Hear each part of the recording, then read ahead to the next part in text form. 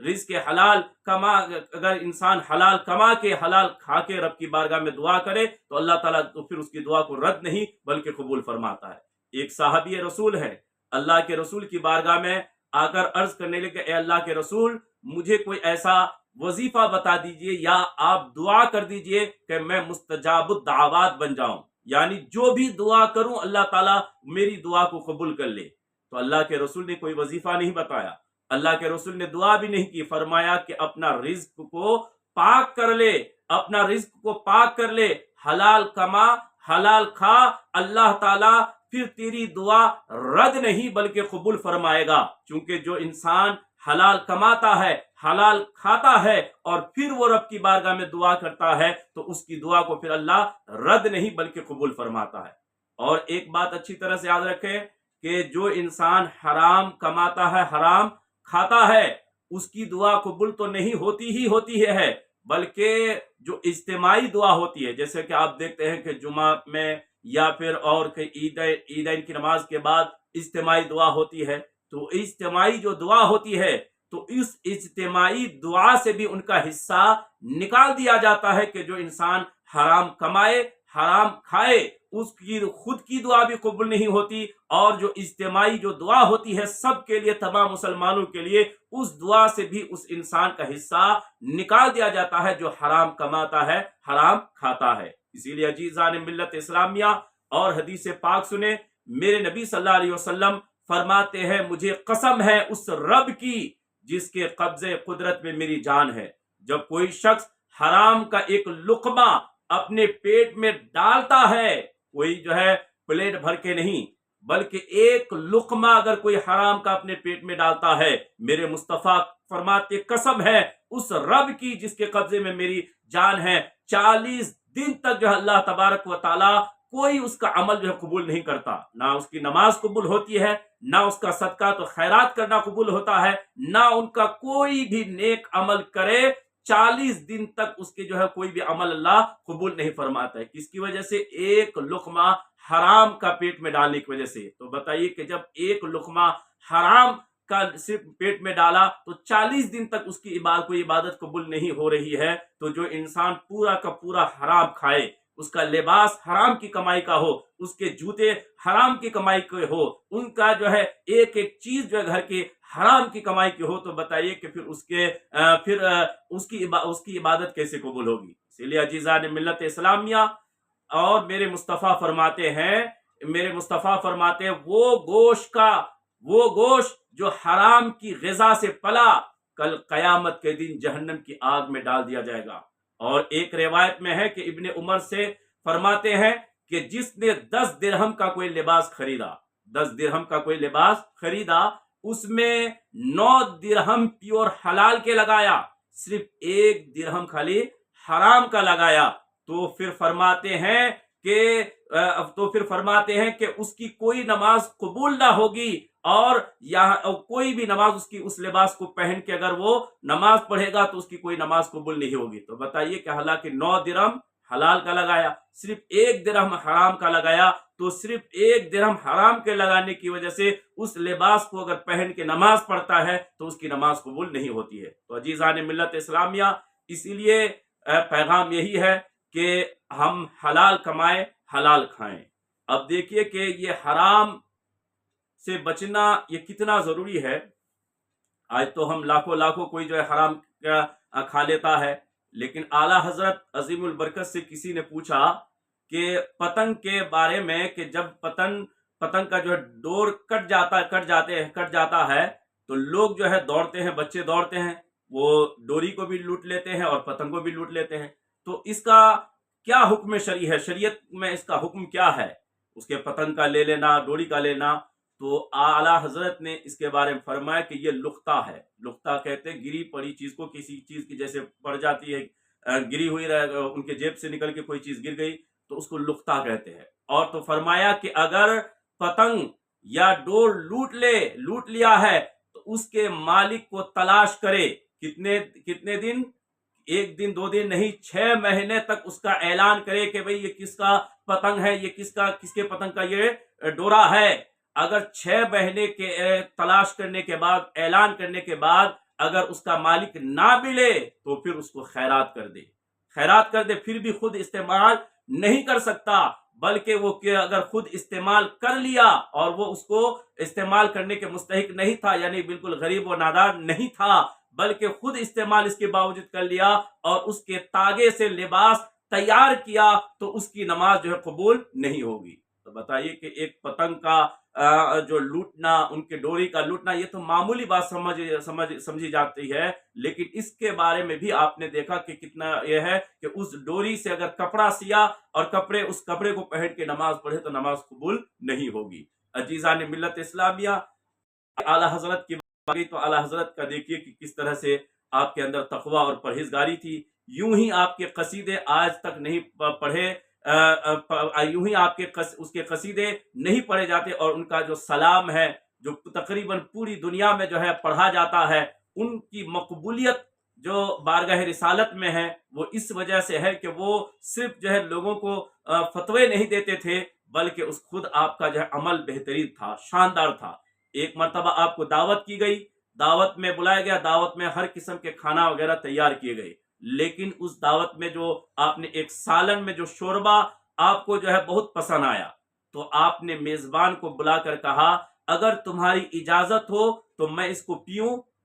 تو اس نے کہا، حیرت میں پڑ گئے کہ حضور یہ سارا جو کھانا ہے، سارا سالن ہے، یہ سارے چیزیں تو آپ ہی کے لیے تیار کی گئی ہے اور آپ مجھ سے اجازت مانگ رہے ہیں؟ تو آپ نے فرمایا کہ نہیں، چونکہ جو شوربہ ہوتا ہے وہ عرف میں کھانے کے ساتھ کھایا جاتا ہے، پیا نہیں جاتا ہے، تو میں چونکہ عرف سے ہٹ رہا ہوں، جو عرف میں ہے اس سے ہٹ رہا ہوں، تو اگر میں تمہاری اجازت کے بغیر اس کو پی لیا تو وہ شریعت کے خلاف ہوگا، اسی لیے آپ اگر اجازت دے تو میں شوربہ کو پی سکتا ہوں، ورنہ جو ہے پھر آپ کی اجازت اگر نہیں دے تو پھر نہیں پی سکتا۔ عزیزان ملت اسلامیہ، اسی طرح جیسے کہ دعوتوں میں دہی وغیرہ رکھی جاتی ہے، تو دہی کو عرف میں کیا کرتے ہیں، وہ کھانے کے ساتھ کھانے کے لیے رکھی جاتی ہے، بہت جنے گلاس میں ڈال کے پی لیتے ہیں، تو اس کو پینا اگر چاہتے ہیں تو میزبان سے اجازت لینی پڑے گی کہ آپ نے یہ دہی بطور کھانے کے طور پر کھانے کے ساتھ ملا کر آپ نے اس کو دہی کو رکھا ہے، لیکن میں پینا چاہتا ہوں تو اگر آپ اجازت دے تو میں پی لوں۔ تو اس طرح سے احتیاط برتنی ہے، حرام کمائی سے، حرام کھانے سے اپنے آپ کو بچائیں گے تو پھر ہم جو ہے اس کے بعد اگر رب کی بارگاہ میں دعا کریں گے تو پھر وہ دعا ہماری قبول ہوگی۔ اس لیے خود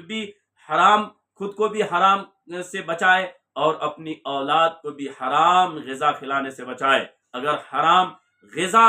سے ان کی پرورش کرتے ہیں تو پھر کل بڑے ہونے کے بعد جب آپ کو آنکھیں وہ اولاد دکھائے گی، یا پھر وہ آپ کے جو ہے ادب و احترام نہ کرے، وہ آپ کے نافرمان ہو جائے، تو یہ اگر مت سمجھنا کہ یہ کیا ہو گیا، میں نے محنت سے پالا پوشا، میں نے اس کے محنت سے اس کی پرورش کی، لیکن یہ کیسے ہو گیا؟ تو کہنا پڑے گا، اس وقت پھر آپ کو احساس ہوگا یہ جو میں نے حرام غذا سے اس کی پرورش کی تھی یہ اسی کا جو ہے برا نتیجہ ہے۔ تو اسی لیے پیغام یہی ہے آج کے بیان کا کہ حلال کمائیں، حلال کھائیں، تو یہ اس میں پھر کیا ہوگا، ہم دنیا میں بھی کامیاب رہیں گے اور انشاءاللہ آخرت میں بھی کامیاب رہیں گے۔ انہی باتوں کے ساتھ اپنی گفتگو کو ختم کرتا ہوں۔